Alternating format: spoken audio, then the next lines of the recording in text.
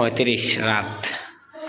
এই ছোট্ট একটা রুম, এটা হচ্ছে বাথরুম, এটা একটা রুম। আমি যে জায়গাতে দাঁড়িয়েছি এটা একটা রুম, এই যে ছোট্ট একটা রুম। আমি এখন রাত 9:35 বাজে। এটা আমি কতক্ষণ সময়ের ভিতরে একা একা ওয়ারিং করে শেষ করতে পারি। একটা লাইট আর পিছনে একটা লাইট, দুই ওয়ালে দুইটা লাইট, একটা ফ্যান, বাথরুমে একটা লাইট। লাইনটা আসবে ওই পাশের একটা রুম থেকে। টোটাল এই রুমটা ওয়ারিং করতে আমার কতক্ষণ সময় লাগে পরবর্তী ভিডিওতে দেবো, আজকে চ্যালেঞ্জ নেব। তো ফাইনালি 1.5 ঘন্টার সময়ের ভিতরে, মানে 1 ঘন্টা 30 মিনিটের ভিতরে রুমটা ওয়ারিং এবং লাইন দেওয়া পুরোপুরি কমপ্লিট করে ফেললাম। 3টা লাইট, বাথরুম একটা, রুমের ভিতরে 2টা, এমন একটা সিলিং ফ্যান, একটা সকেট।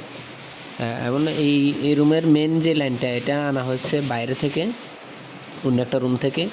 তো সব কিছু মিলিয়ে আসলে আমি 1.5 ঘন্টা তো সম্ভব হয়েছে একা একা এই রুমটা ফাইনাল করার জন্য। এটা হচ্ছে একটা বাথরুম, বাথরুমের ভিতরে একটা লাইট দিলাম, আর রুমের ভিতরে হচ্ছে যে 2টা লাইট, মোট 3টা লাইট।